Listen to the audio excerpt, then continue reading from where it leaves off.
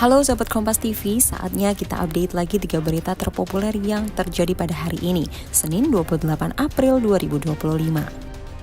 Presiden Prabowo Subianto menghadiri Town Hall Meeting Danantara di Jakarta Convention Center. Dalam keterangannya, Presiden Prabowo mengatakan bahwa aset Danantara akan tembus $1 triliun Amerika Serikat. Menurutnya, Danantara perlu dikelola dengan transparan agar memberikan manfaat kepada rakyat. Jadi tadi saya menyampaikan bahwa Danantara ini adalah kekayaan bangsa Indonesia.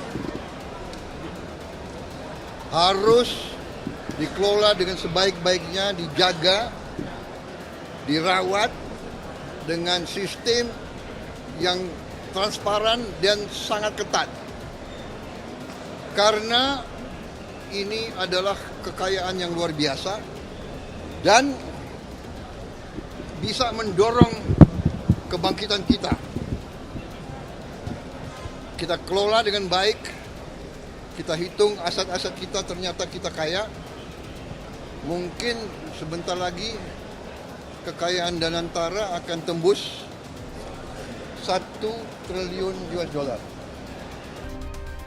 Wakil Ketua MPR RI Edi Suparno buka suara terkait usulan Forum Purnawirawan Prajurit TNI untuk mencabut Gibran Rakabuming Raka sebagai Wakil Presiden. Edi menegaskan bahwa pihaknya mengikuti keputusan KPU RI terkait penetapan Presiden dan Wakil Presiden.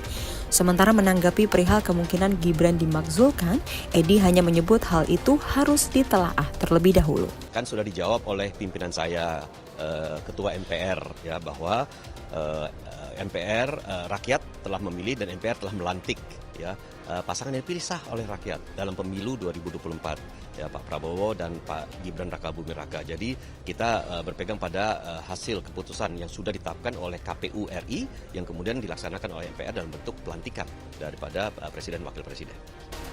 Menko Perekonomian Airlangga Hartarto melaporkan ke Presiden Prabowo hasil negosiasi dengan Amerika Serikat terkait penerapan tarif resiprokal Presiden Donald Trump.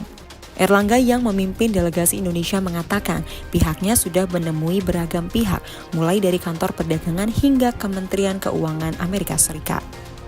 Airlangga menyebut Indonesia ingin perdagangan yang adil atau fair and square, lalu akan menawarkan untuk menyeimbangkan neraca dagang dengan Amerika Serikat.